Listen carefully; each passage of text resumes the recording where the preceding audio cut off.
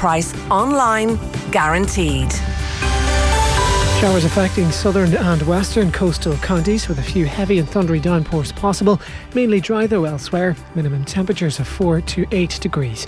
And now you're up to date on News Talk. The Football Show on Off the Ball. With Paddy Power, the greatest football partnership since Duff and Heskey. I'm prepared to do anything I can to play for my country again. Do it then. What about your start to the game? It wasn't bad, was it?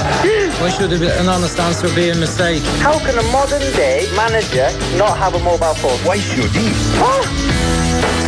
Yeah, if you're trying to tune into some happy talk for the next hour, something to boost your serotonin levels and so on, you can probably tune somewhere else now, because it's Johnny Ward here, Kevin Kilbane. He's about to join me on the line. Kevin didn't have a great day on the ice. More of that anon. But we're going to be discussing Ireland, unfortunately. We're going to be discussing Ireland's prospects, bleak as they are, of qualifying for the Euros after the defeat in Geneva last night. Now, tomorrow night, Daniel McDonnell will be back on with Nathan. Daniel will be back from Geneva, and John Giles will give his appraisal on what was another defeat for Ireland, a 2-0 defeat. Shouldn't say another defeat, obviously. It was their first defeat in the group. But Kevin Kilbane, it was a pretty damning defeat, and your day didn't get any better, I believe, on the ice. No, it didn't, Johnny. You're looking very patriotic. You're looking very patriotic, but not very optimistic. That's what it is. No. We're looking for a bit of optimism, really, aren't we? Surely. Have you any? No. But yeah, in answer to your question, no. I just I'd had to have a few days off the ice, Johnny. So having there that 3 or 4 days off around the international games, it was tough going today. Really tough going today. But anyway, you have to take it on the chin, don't you? Is this the ice or the football? Probably a bit of both. Yeah. What happened on the ice though? Just your Instagram it wasn't a great day in the ice, but onwards and upwards. Yeah, someone tweeted me today. You're like a footballer that's lost a game on a Saturday, and you're saying, when you see the footballers when they go, bad day at the office today, but we move on to next week, onwards and upwards, and whatever, some emoji. We go again. Yeah, we go again. We go again. I don't know if many of the Irish players tweeted anything from last night. I know. You get the usual sort of, still believe in us and yada yada, but I think over here and among the fans, Kev, there seems to be almost no real confidence in the team now. We could still beat Denmark and all that. It just doesn't look very likely on our form. No, do you know what? And it's not me being overly optimistic. Johnny, I stand by the fact is I don't rate Denmark. Anyone would have watched Denmark against Switzerland at the weekend. They were outplayed in every department. Should have lost the game handily enough and managed to score in a breakaway and turn Switzerland over. So I'd have no fear of playing against Denmark and thinking, look, we get a great atmosphere at home.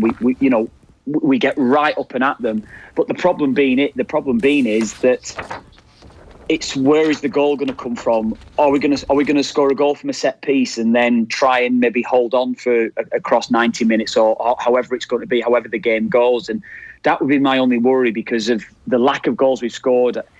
I don't know. It must be 10 now, 10 games, Johnny. I think where every game has been we've only scored one goal or less.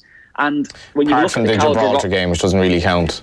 Sorry, the Gibraltar game, but that was maybe an injury time goal that got the game to bed or put the game to bed in that one. Sorry, the Gibraltar game. So it hasn't been great, and I think something to take across the two games would most definitely be, and I've not been on since, but the Georgia game at the weekend, I was really disappointed in that Georgia game because I know you were over there in Tbilisi yourself, Johnny, and you don't really get a true reflection until you watch it back, do you? And I watched that game back 3 and a half times actually for my sins. I did, honestly. I wanted to get a feeling on how the game went and how things could have been different on the game. And I know maybe a bit of a sado that's within me, but certainly looking ahead to that Switzerland game, and there was so much wrong with the performance and so many things that could have been done differently.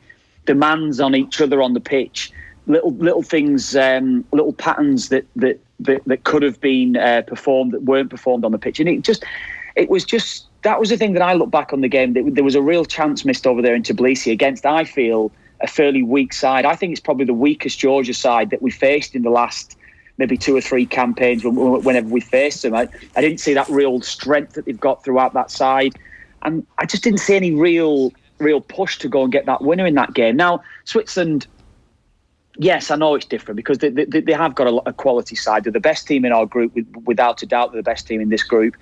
But I just think that lack of real urgency during that game, given the fact it was that one-off hit, we could have won the game, win the game, you've qualified. And I just don't think there was that real belief in the side that we were going to go over there to Geneva and get that win. And maybe that's something to take from the two games, but I was more so disappointed with the performance in Tbilisi, really.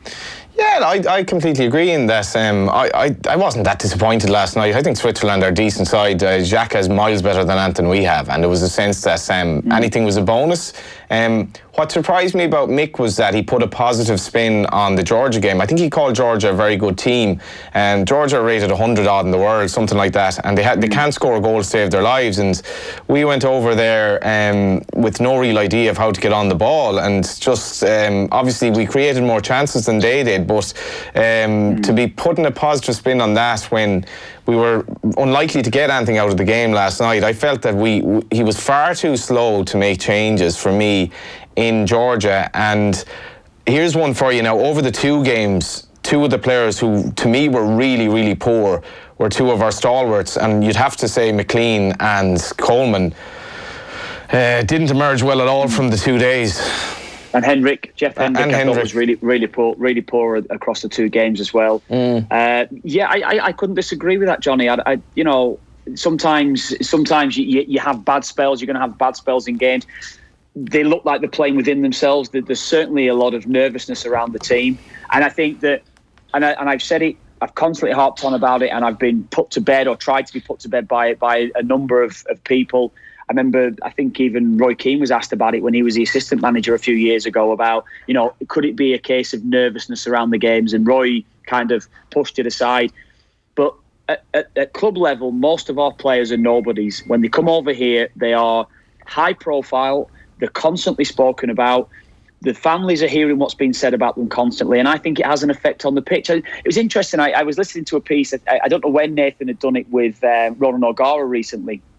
It might have actually been today, and he was talking to Ronan O'Gara saying about how much of the rugby lads watching or listening to what's being said about them back home. And he said, well, if you're lacking confidence, you're watching and listening to it a lot more.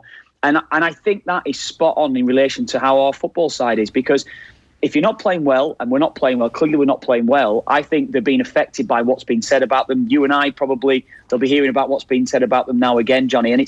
But we can't get away from the fact is that the performances have been extremely poor in terms of creativity. Yes, defensively we're sound.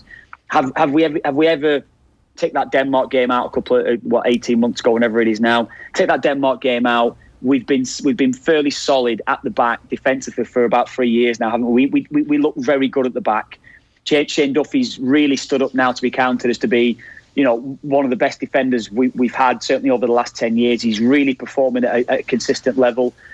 John Egan performed really well alongside him over the two games. That isn't the problem. We know that is not going to be our problem. Seamus Coleman's actually done well defensively, I would say, and I think even Enda Stevens has done well defensively. But both Enda Stevens and Seamus Coleman's best attributes are going forward, and they're not performing when we've been going forward. I think they're looking like they're playing within themselves. Our creative players, or where's our creative spark going to come from? Usually it's come from McLean in the past. James is struggling. Where's our midfield players in terms of getting on the ball? No, it's not happening. I think it was a 50-50 call last night whether Mick McCarthy was going to drop Conor Hourihane or Jeff Hendrick. He went for Hourihane. Again, it was a flip of the coin in my mind. They were both extremely poor in the game in Georgia. And Glenn Whelan is now, as it's been turned out in the last throughout this campaign, has been our best midfield player. I know. And it's not through being... It's competence. Brilliant. It's not been through brilliant, has it? He's not been simply outstanding, but he's just been a consistent performer and done his job and done the right things. Yeah. So where's that creative spark going to come from? And that's been the difficulty watching them, Johnny. On that note, let's hear from Mick McCarthy last night. Mick was talking about our passing in that game. It wasn't particularly good in Tbilisi, and it certainly was no better last night. Well, the first half performance was poor. Second half, I thought it was considerably better. And having been down to 10 men for the last 15 minutes was it so, I think they can be really proud of the way they carried on from that, certainly. And where are we? We're one game from qualification, which I would have took before the tournament started. You just said the first half performance, he said, was poor. Was that down to how the players played, or do you think maybe it was just the time adjusting to the different formation with the back three? Well, if that was the reason that we conceded a goal or played badly, I'll take the rap for that, because I changed it to try and get 2 strikers on, which I believe most people thought was quite promising and positive. I don't think that system caused us to have an inability to pass the ball to one another, that's for sure, so I won't take the rap for that. I'll consider my decisions in it. So no, I don't think it was. I think the fact that they had a very good side was the biggest contributing factor. You mentioned the poor passing. What was that down to? Was it down to the players, or would you be pretty critical of the pitch? Not the pitch, no. It didn't stop them playing on it, did it, to be honest? Much better second half. A far better performance. Like, you're looking at some of those players last night, Kev, and the odd little passage, the one that ended up in, I think it was... The Collins had the chance, sort of completely snatched at it late in the first half. It's a lovely little bit of a move. We had a nice move as well before Stevens lashed the ball over. That was in the first half. Little bits and bobs in the second half, but did they look like a team that kind of doesn't really know that hasn't really played together? And what was it like for you coming from club to international? Like, were you well drilled? Because to me, this team just looks like a bunch of individuals that are basically inhibited by kind of the narrative of playing for Ireland. I think they have to be better than this, as modest as they are. Yeah, I think there is. There's certainly an inability in midfield, and it's something that I've said for a long time now. And I don't see any of the midfield players putting serious demands on others when they're not getting the ball. You know, and I'm certainly not jumping on a Jack Byrne bandwagon. But we see Jack Byrne come on against Bulgaria, albeit it was a meaningless game in some people's eyes. But he started to put demands on people, started to take the ball again last night. And certainly in the Georgia game, I'd see the defenders have the ball and they're looking to step forward and see. I'm sure all they're seeing is backs of players running away from them. No one prepared just to step aside, take the ball in under a little bit of pressure. It's what you have to do when you're playing any sort of level, particularly at international level. And I don't see any of the midfielders. It has to come from the midfield players and how they're going to dictate play far too often. And I go back to my point when I was watching that Georgia game, and what I was seeing in that Georgia game was the constant theme of when the ball was played in from a fullback position into the middle of the park, the first touch back towards the ball. And it's a real bugbearer because I saw it last night a lot as well. First touch back towards where the ball's come from.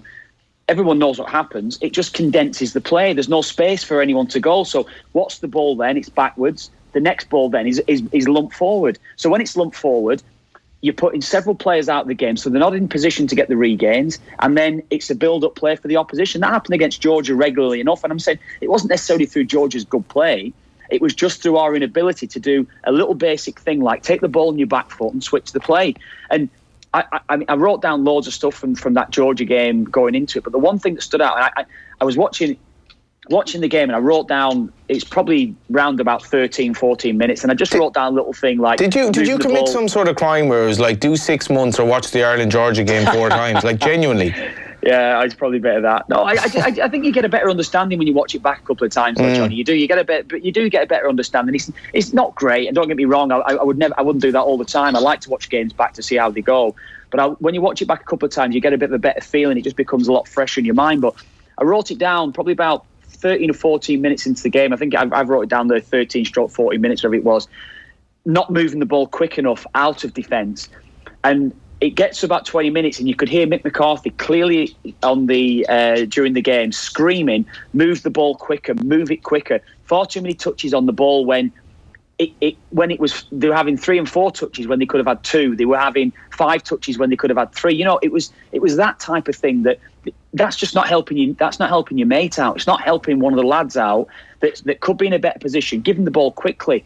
But I think there's a real reluctance to shift the ball and give it a player when an opposition's lad is close by, because it's that no-risk football, and we see it constantly. And when it's getting to this stage of the tournament, I understand it, because you don't want to make that mistake that's going to cost us a result, that's going to cost us a qualification to a major tournament. But The Georgia game, there were opportunities, plenty of opportunities for us to take the ball, receive the ball in the right way, the way that most of the players would have been educated to receive the ball, and shift the play, and it just didn't happen. And a couple of the spells last night, you mentioned that bit there where Enda Stevens had the strike. There was another spell where Glenn Whelan ended up having a strike at the end of it, and there was some really good play. It started down the left-hand side, it come out, I think Glenn switched it to the right, there was a cross went in, it went back out to left, come back out to Glenn got a strike off.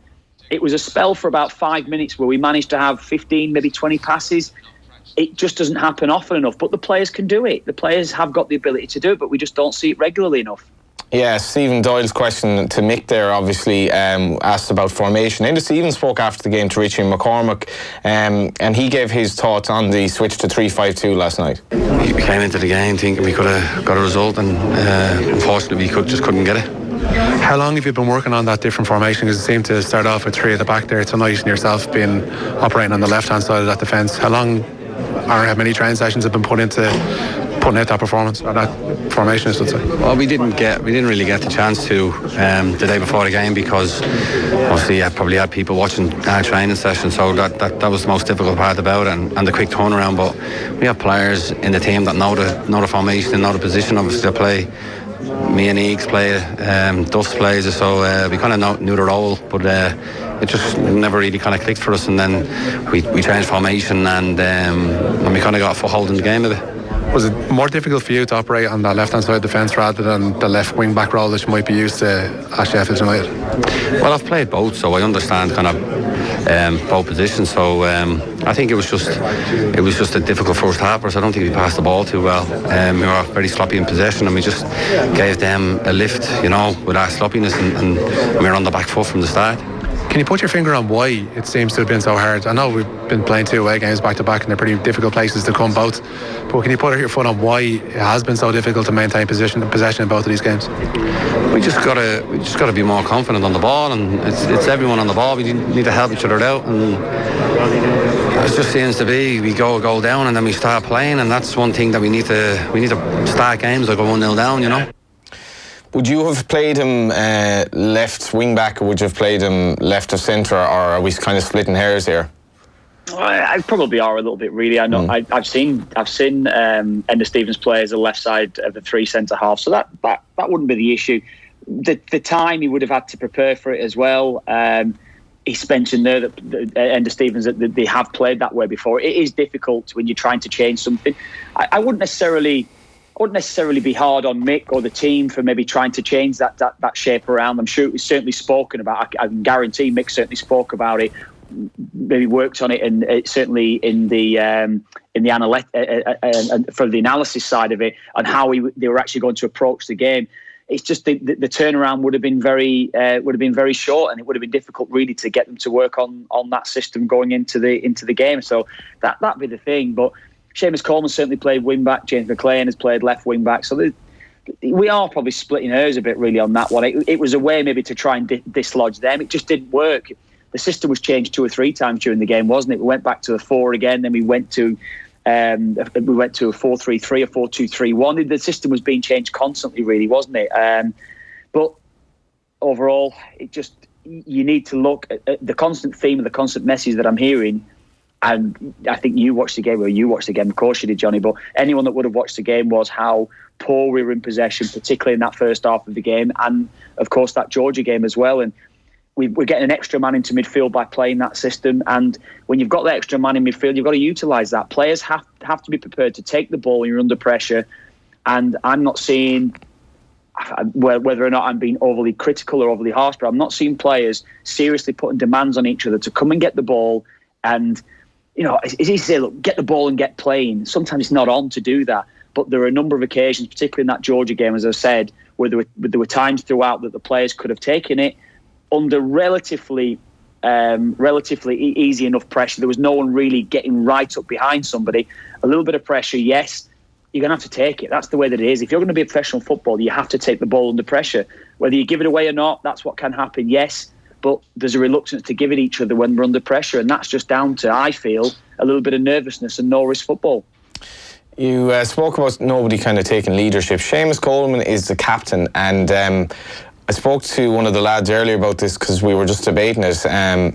Seamus Coleman got into some kind of squabbles last night with the opposition, ended up getting sent off. Xhaka. Yeah, Xhaka and one or two others as well. He'd a couple of good battles, but there was something about the way he behaved in the game that was a little bit perplexing, because it didn't seem to be the Seamus Coleman that we would have known. And I'm wondering, is he trying to show leadership, or is he trying to kind of paper over the cracks of what was a terrible performance by him, I thought?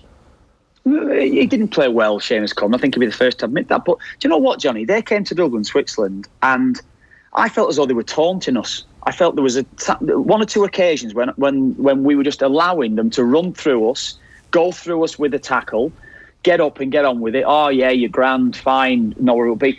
Seamus did the same in that game.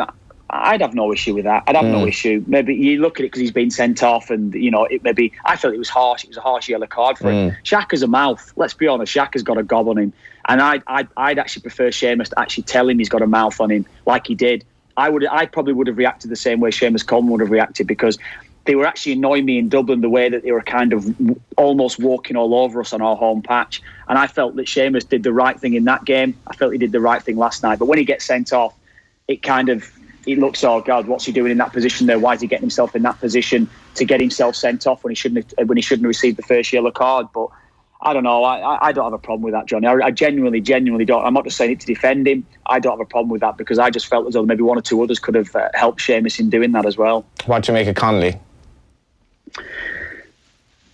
The risk and reward was that, look, he comes on against Georgia and he's going to be a problem. In hindsight, I'd said it going into the game, we maybe could have brought him on 10 minutes earlier. But ultimately, I don't have a problem with bringing him on with 15 minutes to go. I don't. I think it's probably the right thing to do. He probably cost us the first goal last night. His lack of awareness on the pitch cost us the first goal in allowing Akanji to step forward. That is his relative immaturity of playing football. That was only his second ever. That's the thing. Senior game at any level of football, a start. So you're looking at that and you're thinking, well, he's got to be learning on the job, and he's learning at such a key stage of his development, and that's what you're going to have to get. That sort of mistake would happen that cost us the first goal. He didn't get himself back into position quick enough. He allowed Xhaka to receive the ball when he should have been on him. He allowed Akanji to get out, and that's what cost us the first goal ultimately. Did he show promise? Oh, he showed promise, certainly in the first game. Last night, I felt he looked a little bit out of his depth last night, but I think you could probably say that about a number of players that didn't perform as well. So I wouldn't necessarily single Aaron Connolly out. I think there's a hell of a long way to go. If we sat here in 3 years' time and he's played 50 games and he's playing regularly for Ireland, then we're thinking, yeah, we've got a boy here that could have a really good career ahead of himself, but he's got a hell of a long way to go in my mind. I didn't think he looked out of his depth at all. I thought just things went a little bit against him. As you say, he's no experience, and the guys around as well. I mean, you put him and Collins up there, these guys never play with each other. Collins is out of his depth probably really at that level. Well, they played together at Luton last year. They certainly trained together at Luton last season, so they'll know each other's games. I know he had a lot of time injured there, Aaron Connolly. So that's maybe what was something that went against him. But they'll certainly know each other personally to an extent. But last night, it just didn't happen for him. That's the way it is. And I said before, the one thing that certainly, when you look back at it, and it certainly would frustrate Mick when you see it, that he didn't switch on quick enough. That's certainly something that's a given. Ball goes dead, you've got to switch on. You have to try, because players are so clever that you're playing against. It's different from playing under 23 football, under 21 football. You have to be on it. And he didn't get to Xhaka quick enough. He allowed him to a simple pass to Akanji. Akanji steps in. Now there's a lot that happened off the back of it, but that was one of the main contributing factors to Switzerland scoring the first goal last night. I can't help but looking at your background there and thinking of that Only Fools and Horses episode where Del Boy's trying to repair the chandelier. Just make sure it's there after this break. Yeah. Football on Off the Ball. With Paddy Power, the greatest football partnership since Shearer and Owen.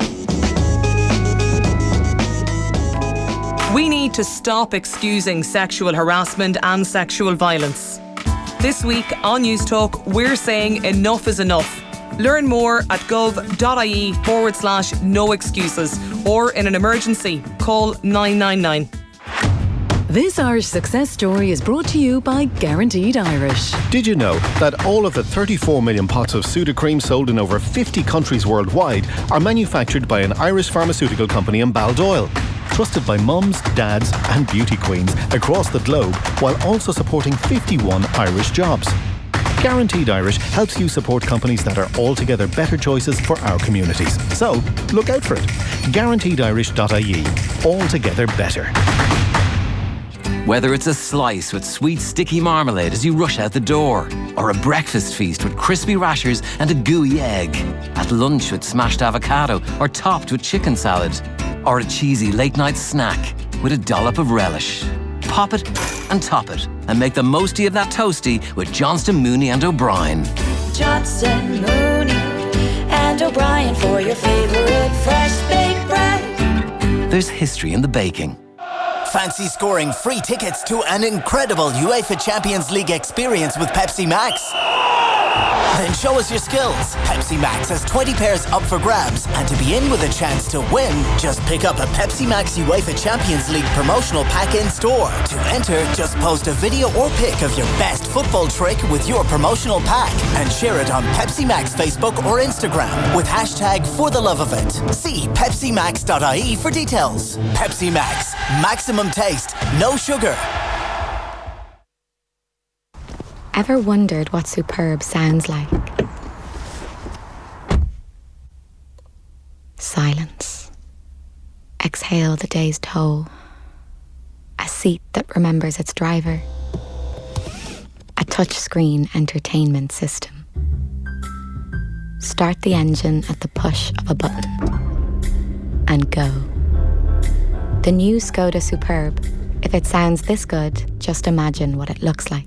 4 stars from entertainment.ie. A wicked little picture, said Screen Daily. Brilliantly bizarre, said headstuff.org.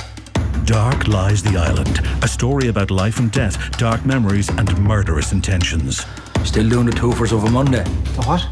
2 snack boxes for the price of 1. Starring Pat Short, Tommy Tiernan, Charlie Murphy, Peter Coonan and Mo Dunford. All you do is go around town, follow your lad. Dark lies the island. In cinemas October 18th. The NCT's looming again. It's your mum's birthday next Tuesday. The washing machine is definitely on its last legs. Is it too early to mention Christmas? The thing is, there's always something. Which is why it's always worth talking to our mortgage team to see how switching your mortgage to Ulster Bank could help. Talk to us today. Oh, and don't forget your mum's birthday. Ulster Bank. Help for what matters. Over 18s in Republic of Ireland residents only. Ulster Bank is regulated by the Central Bank of Ireland. Have a great evening with itsforwomen.ie. Don't live your life on hold. Get a quote now at itsforwomen.ie and see why we're trusted by over 130,000 women in Ireland. Off the ball. This is News Talk. And you are welcome back. Kevin Kilbane is still with us. We've discussed the Georgia and mainly Switzerland game over the last few minutes. Now we're going to discuss the Denmark game because basically Ireland have still a huge chance for qualifying on paper. They have to beat Denmark and that will do the job on home territory at Lansdowne Roads. And it's as simple as that really, Kev, isn't it? Yeah, well, judging from your demeanour and your language you've been using over the last few days, Johnny, we've absolutely no chance, have we? That's the thing. We don't have no chance. But you look at the teams last night. Switzerland had Xhaka. They had players that were so superior to what we have, and you have some sympathy for Mick as well. You may not rate Denmark, but they're certainly better than us, and we just don't. We just can't really beat good teams. We can't score against good teams. We barely created a chance last night. So there's no real reason to be pragmatic on paper, to be optimistic. I mean, another game that I watched back, certainly prior to that Georgia game, I watched the Denmark-Georgia game, and Georgia actually caused Denmark more problems than they caused us, actually. Denmark looked vulnerable defensively. On a couple of occasions when Georgia went at them, they were quite poor, and Schmeichel made a couple of decent saves in the game. So, I mean, as I said before, yes, maybe you're right in saying that they probably are better than us, but I would say if they are better than us, it's only slightly. They're not a side that would intimidate me. They're not a team. If I was in that dressing room going into that Denmark game where I'd be fearful, look, these are going to come and cut us open. They're probably not. Eriksen's certainly not at the level that he was 2 years ago in that playoff game as well. But Eriksen can turn it on, and his ball that he put through Poulsen against Switzerland at the weekend, I don't think he meant it for Poulsen, but it was still excellent vision because he was looking for, I think it was Cornelius actually, was looking for through the middle, and he just mishit it. He went back inside and Poulsen was through. They're a very direct side, John. They're not a side that like to play out from the back. A lot of diagonal balls from the left-hand side, usually from Rodriguez hitting Poulsen. And then there's Braithwaite on the other side where they'll hit diagonal balls, usually from Kjær out to the left-hand side where Braithwaite comes in and tries to get on the end of it. They've got a threat down the middle with Cornelius, who's physical. That shouldn't be a problem for us. Essentially, you would imagine that both Duffy and Egan, or whoever it's going to be that's playing centre-half, should be able to deal with that. But it's those diagonal balls that would be the worry, because they're good from those diagonals. They tried to use it against us when they played against us over there in Denmark early on in this campaign as well. They're a threat. Eriksen gets himself in more advanced positions. It's not so much he's trying to play knockdowns. What they try and do when they try and get it forward quickly, they'll have players in position to win the knockdowns, and then they try and free Eriksen up quickly. So that in terms of Eriksen getting on the ball, trying to dictate play, he doesn't do that an awful lot for Denmark like he does for Spurs. It's not progressive football. It's direct. Get into the final third, then they get Eriksen on the ball. And when Eriksen gets in the final third on the ball, we know what he can do. He can be devastating. So I'm not saying they're a poor side. I just don't really rate them as being this side that can come to Dublin, or should be coming to Dublin as heavy favourites. Many people have them as favourites. I think we've a real chance of beating them, because I think we've got players that could hurt them in certain areas. Yeah, well, they'll definitely be favourites. I'm actually just trying to look up the odds here to see what sort of a chance we have. And whilst I do that, what's our team? What's our 11? McGoldrick's going to be back. We won't have Coleman. And then we won't have Keogh. Apart from that, I think we might have everyone. Well, I think we probably know the back four. Doherty will come in. You say it'd be a 4? I'd probably say it'd be a 4. I think we certainly look better going forward as a 4, don't we? We did look a little bit unbalanced the other night. Even when we were playing with the 3, Jeff Hendrick was trying to get out at times into if they were advancing down their left-hand side. He just looked a little bit unsure maybe of his position himself. But Jeff Hendrick, as much... I mean, I was at Derby. When I was finishing off my career, John, I was at Derby with Jeff Hendrick. And I immediately actually spoke to Mick McCarthy about him. I said, this lad's a player, Mick. And Mick was manager of Wolves at the time. I said, I think you've got a player here that... He plays 1 and 2 touch football. He gets beyond the ball. He's a powerhouse. He can get goals. Really rate him. I'd seen him up close. I don't think he's producing the sort of form that he's capable of producing. I think we all accept that probably. But whether we've played it with a 3 at the back, whether we've played at the 4 at the back, I prefer us with the 4. Actually, I think we look a lot more solid. I think we have better attacking options. But if we do go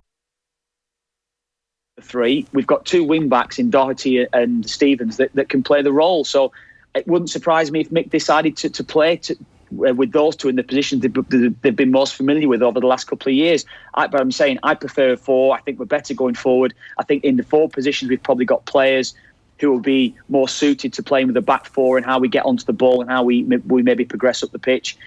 So, yeah, that's the way that I would like to do it. In midfield, I mean, it's difficult when you're just saying off the top of your head now. Maybe we'll certainly be addressing the team in the next few weeks, won't we? The one thing I would say is, again, and it's we maybe have overlooked it, Darren Randolph again.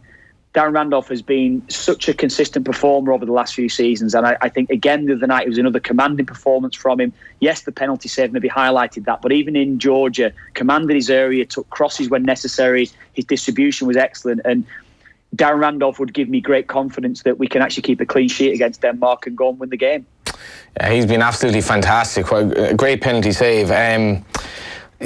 What will the mood of the players be? Because you did mention that in the first half when it was interesting from O'Gara, when your things are down, you're more inclined to look at social media. I think the last thing the players should be doing is kind of listening to the reaction of at home. Because you can't help it though, John. Yeah. You can't help it, can you? It's so difficult now. The players are more than aware what's being said about them, what's been written about them on social media. It's difficult to get away from it. And I mean, you know, maybe 10 years ago or so, when I was maybe coming to the end of my international career, social media was starting to kick off. But I was hearing then what was being said about me on TV and on the radio, and what was being written about me, and we're all more than aware of it now, even more so. So it is difficult to get away from it, and mentally, it takes a hell of a character to overcome a little bit of negativity that's being written about you. But what can you do? That's going to happen at whatever level of football you play at now. As easy as it sounds, you've got to be that. I don't know, that little bit of, you have to have that little bit of toughness about you. And not all of us have it, John. That's the thing. Not all of us have it. Not everyone has it. Not everyone's got the ability to just brush it off. Did you think of all this when you accepted going and dancing on ice? I'm worried, Kev. I'm worried if things go wrong, you know. Plastered all over the tabloids. Johnny, I've got to embrace it, John. Why would it be all over the tabloids, John? Because you do go on social media from time to time. Do I? Just be careful. Just be careful. Maybe just if I fall flat on my face or on my backside, then that might be a talking point. But that's the only thing that would be of concern. But other than that, no. I think that's the least of your worries. Before we get to Liverpool, Manchester United at the weekend, I got to thinking about this today. When was the last time we had a manager who actually wanted us to really play football? And I go back as far as Jack here. Jack to Mick McCarthy. I'm not saying Mick didn't play nice football back in the day.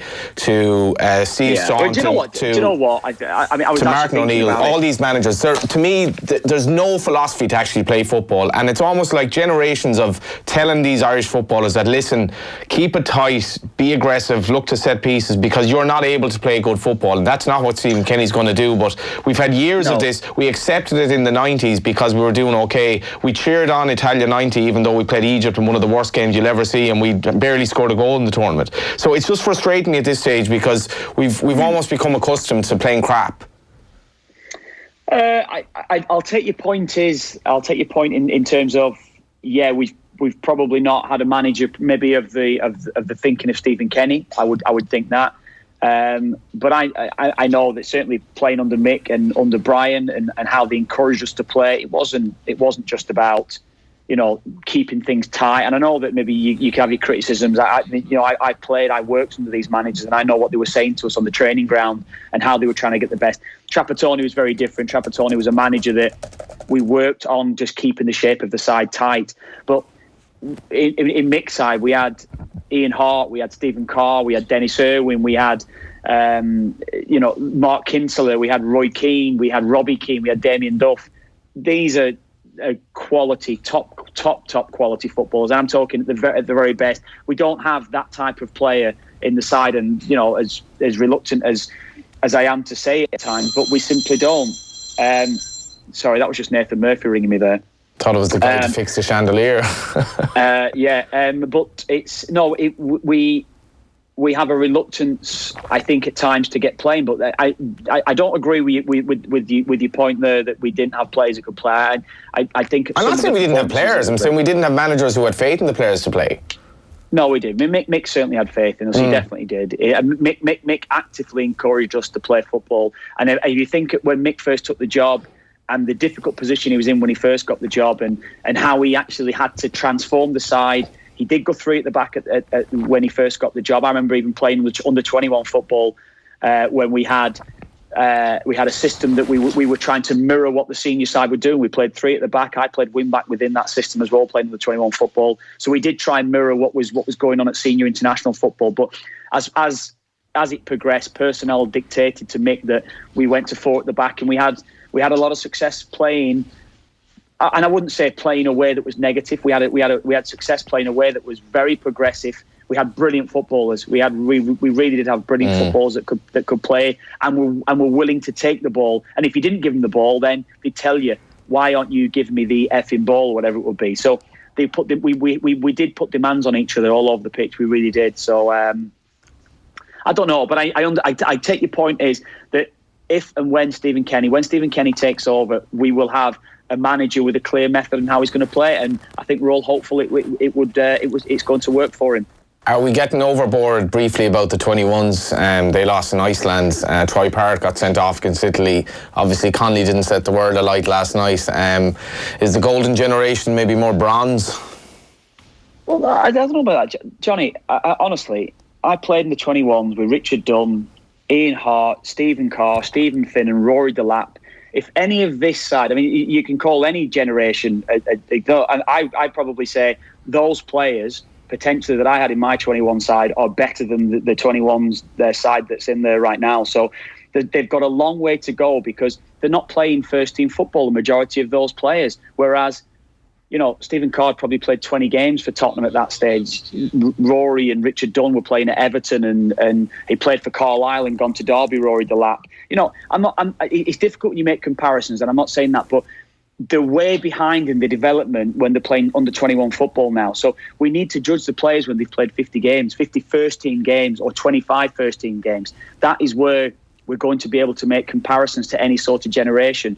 But from what I've seen of the 21 side, I like them. I think we've got a lot of talent. Speaking to Keith Andrews, Keith, in working very, very close with them, is very, very optimistic on how they go. And I said I've only seen a little bit of them, the little bits that I've seen of them, I'm optimistic. But I'm realistic to know that they have got a hell of a long way to go in their careers yet. So yes, no, or undecided. Do we qualify for the Euros? In terms of Denmark. Well, I'm the ultimate optimist in that way, aren't I? So, I've followed the team since I was, 7 years of age now, really going back to the Euros when we qualified maybe 9 and 10. So I'm the ultimate optimist in that case, John. So I'd be hopeful. Yeah, I think we can beat Denmark. I wouldn't fear them, no. No Pogba for Manchester United against Liverpool at the weekend, probably being billed as maybe a bit of a crucial game for Solskjaer. Kev's going to be at Anfield with Nathan for that game. There's obviously a lot of talk today about Allegri possibly getting the Manchester United job. This could be sort of bookie driven as well. I don't know how much depth there is to it, Kev. I don't know what you're hearing. No, again, I'll be the same as you. I read it a few weeks ago that they were sounding out a few potential people. Do you know what, Johnny? I think you could probably put any name in a hat and pull it out, and you could say it to a newspaper and they'd write the story, because anyone can be linked to Man United at the moment, certainly with that job.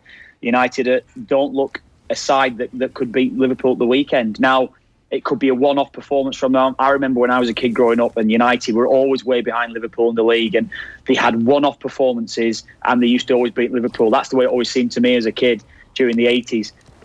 Are this Man United side as good as that United side from the 80s? And I would say no, they're not. They don't seem to me like they've got that real bit of steel about them that can hold Liverpool out. Liverpool, I think, most definitely will score in the game. Man United scoring 2 goals, it's not happened since the first day of the season against Chelsea. I don't see it, Johnny. No, I think Liverpool win it. Yeah, their form going into the game, Man United, they lost 1-0 obviously at Newcastle, drew 0-0 with Alkmaar. I think they had no shots on target in that game. 1-1 against Arsenal at home, 1-1 against Rochdale, went through on pens, and lost 2-0 at West Ham United. I found Manchester United fans that go to the games have been incredibly patient since Ferguson left, and that they never really get on a manager's back quickly. But is this... I don't know... no, I'm not being... You wouldn't have been going over to watch Man United all that regularly, would you? I've been to quite a lot of United games, whether that's been Moyes, Van Gaal, Mourinho, and there's a noticeable edginess 10 minutes into every game. And you know yourself, when you've been to games, you probably see it with the Irish side as well, when you've seen that edginess around the stadium. It's not so much booing, but that I don't even know how I could explain it. But the edginess that's around the team, and one player gives the bad pass away, and there's moans and groans around the stadium, and that's kind of set in. That's set in across the last few years. So, although not necessarily boos, and maybe Man United fans are probably more patient than most, there's certainly an edginess around 3 or 4 of the last managers that they've had. It's weird looking at Liverpool's results going in, because everything's going perfectly for them, but you could probably pick holes in all these performances. They won 2-1 at Chelsea, weren't great. Yeah. One at MK Dons, we won't mind that so much. One at Sheffield United, didn't really play that well. Conceded 3 against Red Bull Salzburg at home, and then got a late penalty, which you didn't think was a penalty, I think, against Leicester. So I've kind of been watching Liverpool, and I'm not even sure they're actually playing that well yet. They're ghosts and clear at the top of the league, so it's probably a good thing, I suppose. Yeah, you probably expect Liverpool to get better and better, don't you? They've had certain games this season where they've played really well. I'd probably say Mane's been the best player. Firmino's looked excellent for them as well. The two of them have certainly right up there with the very best in the league this season.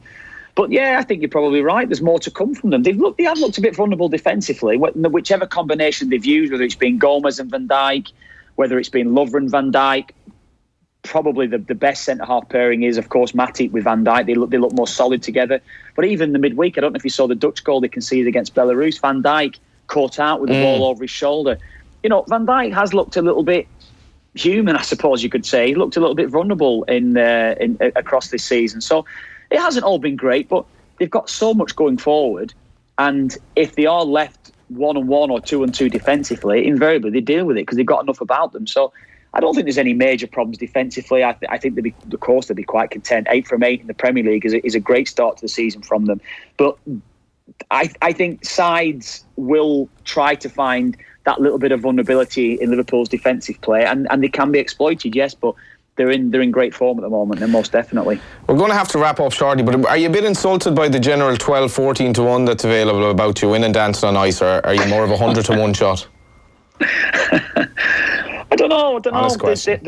There was market improvement last week, and I had a few days off, Johnny, and I've definitely gone backwards. But I've got the next 4 or 5 days on the ice. So I'll tell you what, I'll be on with Nathan on Sunday, and I'll let you know how the next few days goes and see where the bookies have me, see if it's about right. Maura has responded under that Instagram there as well, I see. She says, I'm with you, my knees banjacks in the best. You know, Maura was in the front of one of the tabloids because of her relationship status the other day, so it could be you, Kevin, anytime in the future. What a man. Not you and Maura, just you and anyone, you know? And that's Kevin Kilbane. Oh, Johnny, honestly.